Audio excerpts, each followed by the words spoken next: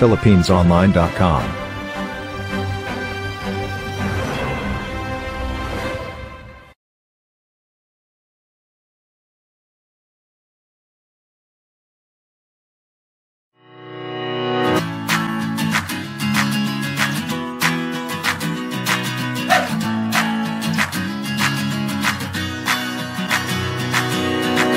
I now formally declare the Agriculture Cooperative Summit 2025 officially open. Let's get ready to roll!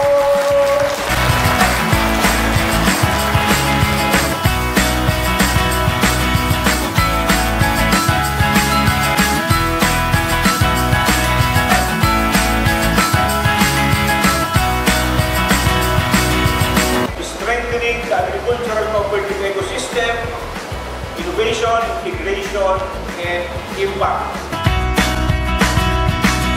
Nakapokus po tayo sa food security.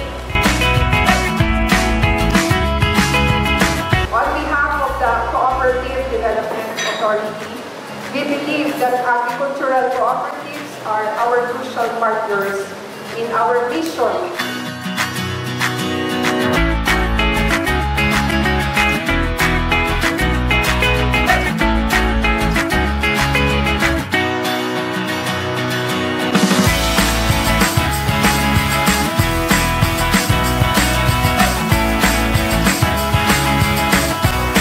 Papasalamat po kami sa CDA, sa pamanuan ng CDA dahil nakilase sa Saga.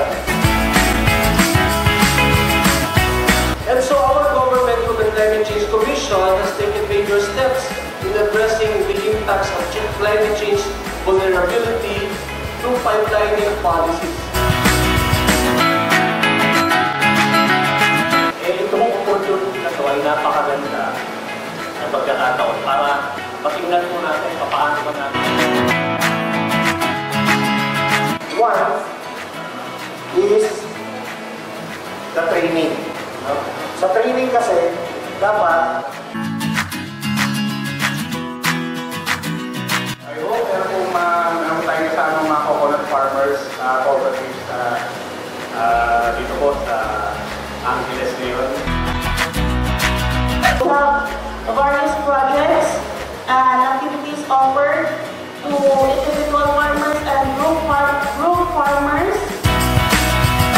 From ACTC, we arrange fund sa ating mga tinatawag po namin partner-led convoys. Right now, when we started this advocacy, ang nakalagay, based on our research, it's 54.